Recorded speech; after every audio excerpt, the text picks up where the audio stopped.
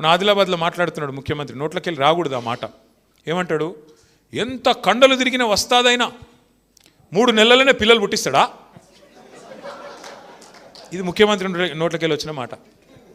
నేను అడుగుతున్న ముఖ్యమంత్రి గారు, 3 నెలలకు పిల్లలు పుట్టరని నాకు కూడా తెలుసు, అందరికి ఎరికే. 9 నెలలకు పుడతారు. కానీ 30 నెలలకు కూడా పుట్టకపోతే నేనేమనాలా మరి? ఏమనాలా చెప్పు మరి? ఆయన భాషలనే చెప్దాం.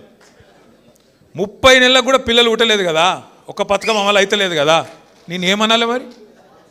ఏమనంటే బాధపడతారు మళ్ళీ. కానీ నువ్వే చెప్తే ఎవడు చెప్పమన్నాడు నిన్ను? 3 నెలలనే ఇది చేస్తా, అది చేస్తా, పొడి చేస్తా అడిగిరు. పాపం విలేకరులు మర్యాదగా అడిగిరు, వాళ్ళ మర్యాద కాపాడుకున్నారు విలేకరులు. ఎలక్షన్ల ముందనే అడిగిరు. ఏమన్నారు? ఏమయ్యా రేవంత్ రెడ్డి, మరి మొత్తం శాంతాడంతా చెప్తున్నావు కథ, పైసలాడునేవా?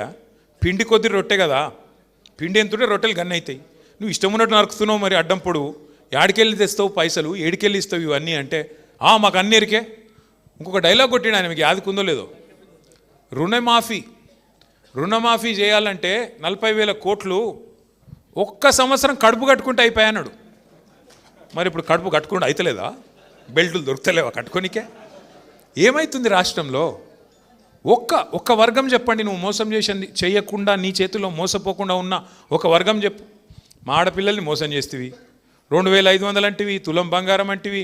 ఇప్పుడేమో కొత్త డైలాగ్ నేర్చుకున్నాడు, అందరినీ కోటీశ్వరులు చేస్తారంట. 1,000,000 మంది ఆడోళ్లను కోటీశ్వరులు చేస్తా. 1,000,000 మంది మహిళలు కోటీశ్వరులు అయితే ఎన్ని కోట్లు అయితే ఒక రాష్ట్రంలో? 1,000,000 కోట్లు.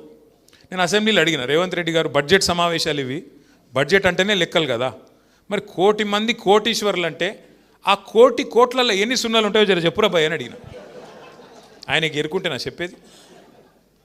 ఉత్తగానే ఏది పడుతుంది నోట్లోకి వెళ్ళి మాట్లాడచ్చు, జనంను ఏదో ఒకటి చెప్పి బనాయించవచ్చు, మళ్ళీ ఓట్లు వేయించుకోవచ్చు, పోవచ్చు. ఇలా రేవంత్ రెడ్డి ఏమనుకుంటున్నా ఎరికేనా?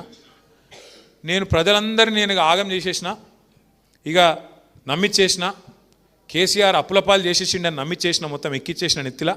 కాబట్టి నేను ఏం చేయకపోయినా నడుస్తుంది. ఆఖరికి 6 నెలలకి ఏమైనా చేస్తే 1-2 చేస్తే అయిపోతుంది, వీళ్ళంతా పిచ్చోళ్ళు మళ్ళీ నాకే గుద్దుతారు అనుకుంటాను. చెప్తున్నాడు ఆయన దగ్గరున్న వాళ్ళకు. ఆఖరి 6 నెలలు ఏదో 2-3 ఇద్దాం తీబాయి, ఇప్పటి నుంచి ఎందుకు? మొదటి 3 నెలల్లో చేస్తా అన్న పనులంట ఆఖరి 6 నెలలకు చేస్తాడంట. మనం అందరం పిచ్చోళ్ళమంట, మళ్ళీ ఆయనకే గుద్దుతామంట.